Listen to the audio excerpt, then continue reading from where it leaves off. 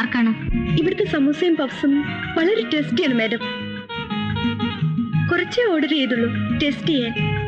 Madam please.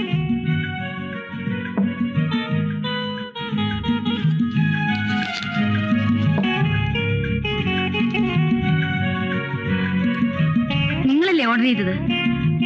നിങ്ങൾ തന്നെ കഴിച്ചോളൂ.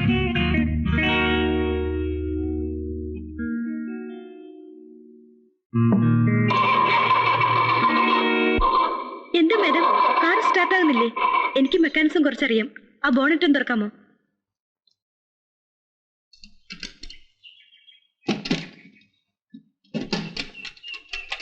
മാഡം സ്പാനർ ഉണ്ടോ?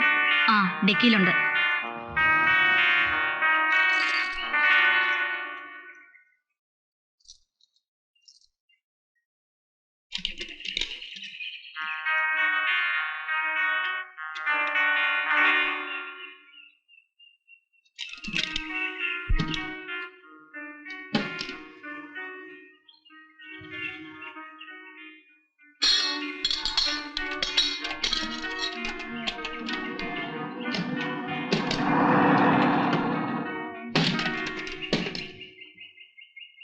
മാഡം ഞാനൊന്ന് സ്റ്റാർട്ട് ചെയ്ത് നോക്കട്ടെ.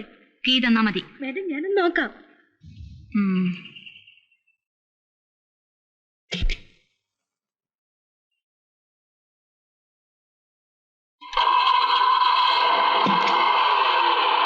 മതി, ഒന്ന് ഇറങ്ങണം.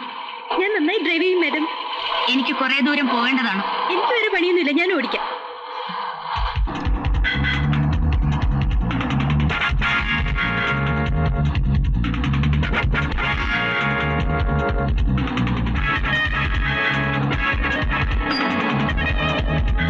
ഞാൻ ഇറങ്ങി തുടങ്ങാം.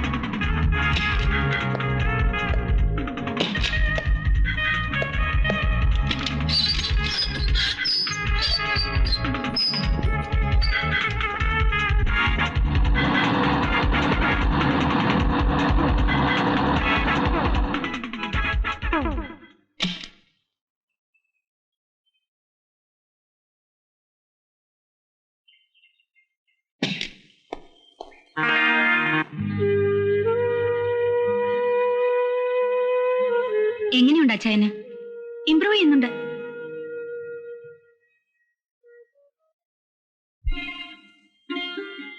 ചായ.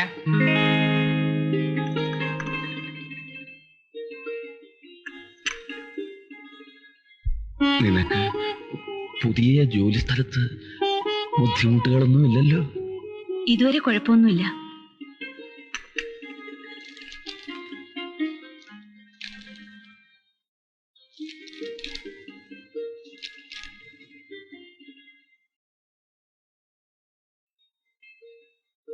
ഇരിക്കാമായിരുന്നില്ലേ? ഞാൻ നിൽക്കുകയായിരുന്നു. അത് മനസ്സിലായി. ഒന്നുമില്ലെങ്കിലും മാഡം ഒന്ന് ചിരിച്ചല്ലോ, മതി. ഇത്രയും ദൂരം വന്നിട്ട് ഒരക്ഷരം പോലും മിണ്ടിയില്ല. അങ്ങോട്ട് കയറി മിണ്ടണ്ടെന്ന് ഞാനും വിചാരിച്ചു. തിരക്കില്ലെങ്കിൽ ഊണ് കഴിച്ചിട്ട് പോകാം.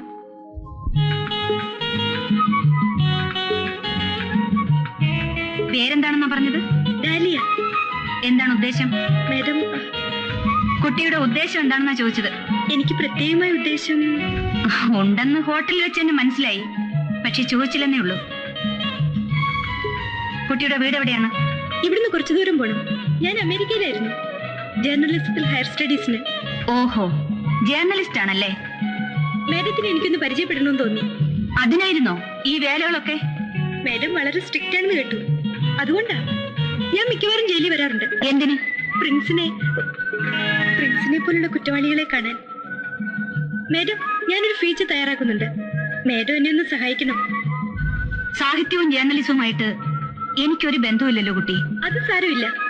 മാറ്റർ കളക്ട് ചെയ്യാനുള്ള സൗകര്യം ഉണ്ടാക്കി തന്നാ മതി. അതായത് തൂക്കുമരത്തിലേറാൻ സമയവും കാത്തു കഴിയുന്ന കുറ്റവാളികളുടെ അവസാന നിമിഷങ്ങളുടെ ഫീലിങ്സ് ഉണ്ടല്ലോ, അതിനെക്കുറിച്ചാണ് എന്റെ ഫീച്ചർ. അങ്ങനെയുള്ളവരുടെ മാനസിക വികാരങ്ങളെ പറ്റിയൊന്നും ഞാൻ ഇതുവരെ ചിന്തിച്ചിട്ടൊന്നുമില്ല. മരവിച്ച മനസ്സായതുകൊണ്ടായിരിക്കും. ഐ മീൻ, ഇതുപോലുള്ള ധാരാളം സംഭവങ്ങൾ കണ്ടിട്ടുള്ളതുകൊണ്ട്. ഉരുണ്ട് കളിക്കാതെ കാര്യം പറയൂ കുട്ടി. എനിക്ക് അവരെ ഒന്ന് ഇന്റർവ്യൂ ചെയ്യണം. ദിവസം 1 മണിക്കൂർ വീതം മതി, ഒരു 10 ദിവസത്തേക്ക്. ഏതോ ഒരു പത്രാധിപരും ഇതിനെക്കുറിച്ച് എനിക്കൊരു ലെറ്റർ എഴുതിയിരുന്നു. എനിക്ക് വേണ്ടി തന്നെയാണ്. ഇങ്ങനെയുള്ള കാര്യങ്ങൾക്കൊന്നും അനുവാദം കൊടുക്കാൻ പറ്റില്ല. എനിവേ, നാളെ എന്നെ വന്നൊന്ന് കാണൂ.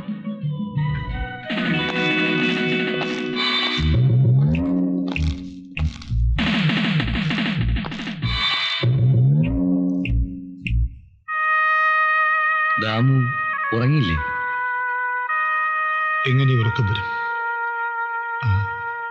ഇന്നത്തെ പ്രോഗ്രാം എങ്ങനെയായിരുന്നു? നന്നായിരുന്നു. തിയേറ്ററിനകത്തും പുറത്തും ജനസമുദ്രം. മരണം കാത്തു നിൽക്കുന്ന ഒരുത്തിനെ കാണാനുള്ള വ്യഗ്രത.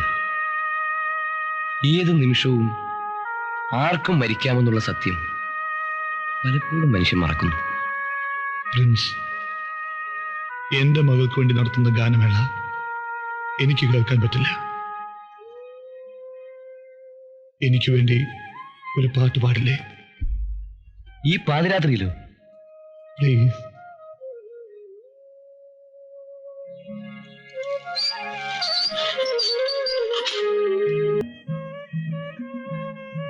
പ്രിൻസിന് ഇപ്പോഴും എന്നോട് ദേഷ്യാണോ? എന്താ പ്രിൻസ് എന്നോടൊന്നും മിണ്ടാത്തത്? ഞാൻ അന്നേ പറഞ്ഞു, എനിക്ക് ഈ ഉത്തരം പറച്ചിലൊന്നും വലിയ താല്പര്യമില്ലെന്ന്. വെറും ചോദ്യങ്ങളുമായിട്ടല്ല ഞാൻ വന്നത്. പ്രിൻസുമായിട്ട് മനസ്സ് തുറന്നൊന്ന് സംസാരിക്കാൻ വേണ്ടിയാണ്. ഒരു ജേർണലിസ്റ്റ് ആയിട്ടല്ലാതെ എന്നെ ഒന്ന് കാണാൻ ശ്രമിച്ചൂടെ? നിങ്ങൾ ഈ വേഷമൊക്കെ കാണിക്കുന്നത് എന്തിനാണെന്ന് എനിക്കറിയാം. എന്റെ മനസ്സിലുള്ളത് മുഴുവൻ എന്നെ കൊണ്ട് പറയിപ്പിക്കണം, അതല്ലേ കാര്യം? പ്രിൻസിന് എന്നെ മനസ്സിലാവാഞ്ഞിട്ടാണ്. ഓ, ഇനിയുള്ള ദിവസങ്ങളിൽ ആരെയും മനസ്സിലാക്കണമെന്നില്ല. മനഃപൂർവ്വം ക്രൂരനാകാൻ ശ്രമിക്കരുത് പ്രിൻസ്. ഇത്ര ബുദ്ധിമുട്ടിയ അവസരങ്ങൾ ഉണ്ടാക്കി ഞാൻ ഇവിടെ എത്തിയത് പ്രിൻസിനോട് അത്രയ്ക്ക് അടുപ്പം തോന്നിയത് കൊണ്ടാണ്. വെറുതെ സമയം കളയണ്ട. എന്താണെന്ന് വെച്ചാൽ ചോദിക്കൂ.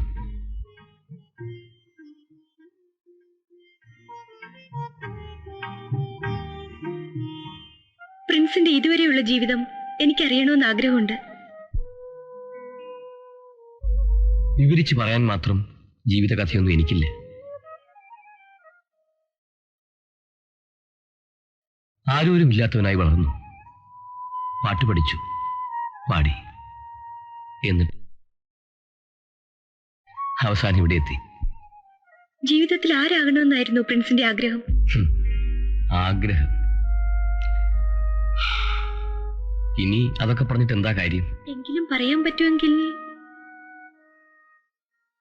ഒരനാഥന്റെ വേദന എന്താണെന്ന് അത് അനുഭവിച്ചവർക്കേ അറിയൂ. അപ്പോഴൊക്കെ ഇതാർക്കും ഉണ്ടാകാതിരിക്കട്ടെ എന്ന് ഞാൻ പ്രാർത്ഥിച്ചിരുന്നു. ഒരു കുടുംബത്തെപ്പറ്റി ഒരുപാട് സ്വപ്നങ്ങൾ ഉണ്ടായിരുന്നു എനിക്ക്. നല്ലൊരു വീട്, സ്നേഹിക്കാനൊരു ഭാര്യ, താലോലിക്കാനൊരു കുഞ്ഞ്, അങ്ങനെ എന്തെല്ലാം മോഹങ്ങൾ. ഇതെല്ലാം എന്നെ വീണ്ടും ഓർമ്മിപ്പിക്കാൻ എത്തിയതല്ലേ നിങ്ങൾ? മരിക്കാൻ തയ്യാറെടുത്ത് നിൽക്കുന്ന എന്നോട് വേണ്ടായിരുന്നു ഇത്.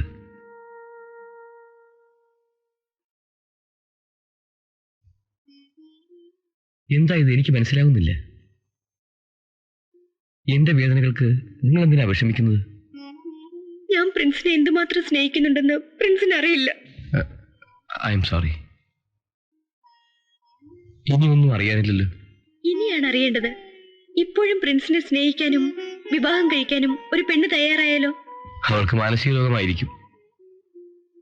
എനിക്ക് മാനസിക രോഗമൊന്നുമില്ല. നിങ്ങൾ എന്താണ് ഈ പറയുന്നത്? അതെ പ്രിൻസ്, ഞാൻ നിങ്ങളെ വിവാഹം കഴിക്കാൻ ആഗ്രഹിക്കുന്നു.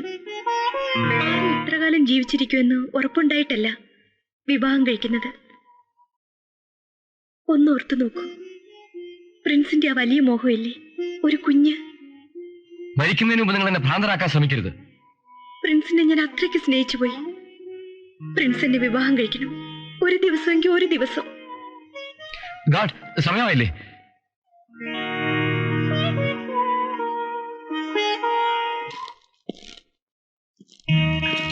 Good evening madam. Good evening. Interview ഒക്കെ എവിടെ വരെയായി? പ്രിൻസുമായിട്ടായിരുന്നു ഇന്നത്തെ ഇന്റർവ്യൂ. ഓഹോ. Madam, yes. ഞാനൊരു ഡിന്നർ അറേഞ്ച് ചെയ്യുന്നുണ്ട് മാഡത്തിന് വേണ്ടി. ഞാൻ ഡിന്നറിനൊന്നും പോകാറില്ല. ഞാനും മാഡവും മാത്രമേ ഉള്ളൂ. എന്റെ ഒരു ആഗ്രഹമാണ്, നിരസിക്കരുത്. ഇനി ഒരിക്കലാകാം. എന്ന് പറഞ്ഞാൽ പറ്റില്ല. മറ്റന്നാൾ ഞാൻ വരും. മാഡത്തിന് ഡിന്നറിന് കൊണ്ടുപോകാൻ. Please come. നോക്കാം. Thank U.